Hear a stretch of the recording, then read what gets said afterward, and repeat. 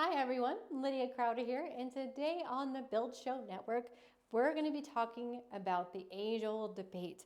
Knife, pan, trowel, hawk, what is the best? And I'm going to have to break it to you, there is no best. This is all about what works the best for you, your situation, and what you're the most comfortable using. I see other finishers constantly put each other down because they're not using, say, a hawk and a trowel versus a knife and a pan, or whatever it is that they feel like you should be using.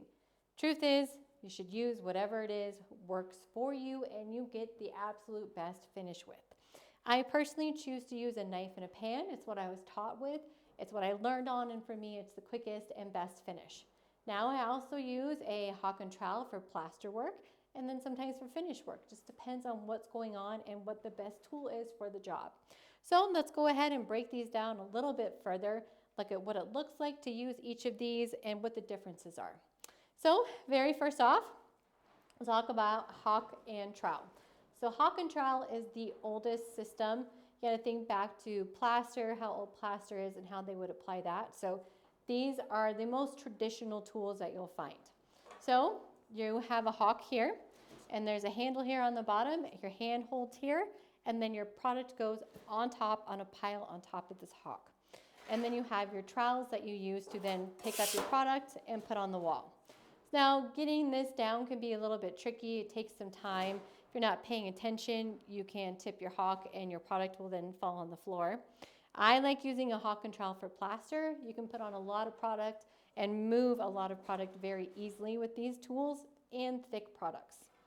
They come in a variety of sizes and shapes, the hawks and the trowels. You can get smaller hawks. You can also get different materials. This one's been used for plaster a lot. That's why it's kind of aged looking like that. And then our trowels come in different shapes and sizes also. This one right here is my plaster trowel. It's Japanese, very thin steel, very, very sharp. And then this one has a wooden handle. It's got a nice grip on there. When you use these, most of the time, kind of depends on the person, but you are putting your fingers back here and then you're pushing with your fingers and your hand at the same time. Some people just like to use all hand, but again, personal preference. This is more of a traditional trowel. This one has some flex to it, so it's a little bit more user-friendly. You can cut and feather your edges in pretty nice. And then this one has a cork handle. And there's also specialty trowels that you can get into. This one's plastic. We obviously use this for plaster. It will burnish things without making iron marks, which is what you'll get with these guys. If you start burnishing plasters, you can leave iron marks from the deposits of the steels that are used in these. So if you're looking for a super smooth finish and you just want color, plastic trowels can be really helpful. And this one's round. This would be called a pull trowel, and then these are just typical trowels. Now when we move on to the pan is newer.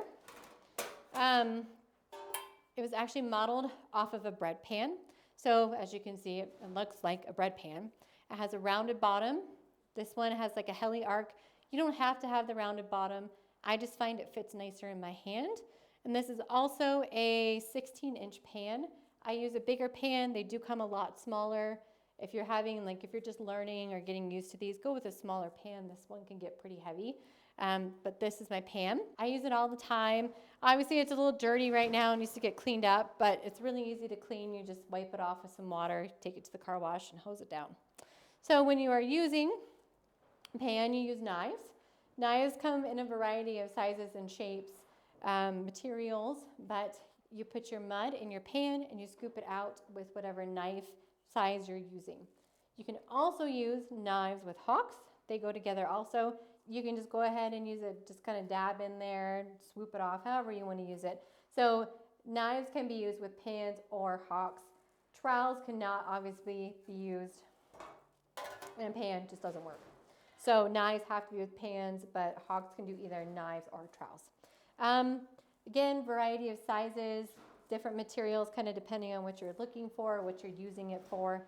This is a 14. This is really big. This is probably the largest size knife that you're going to find in a typical style like this. And this one is stainless. They also come in blue steel.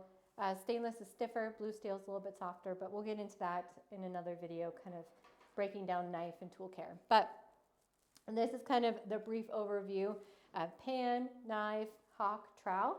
And then again, use whatever is best for you, whatever you're comfortable with. There is no superior product.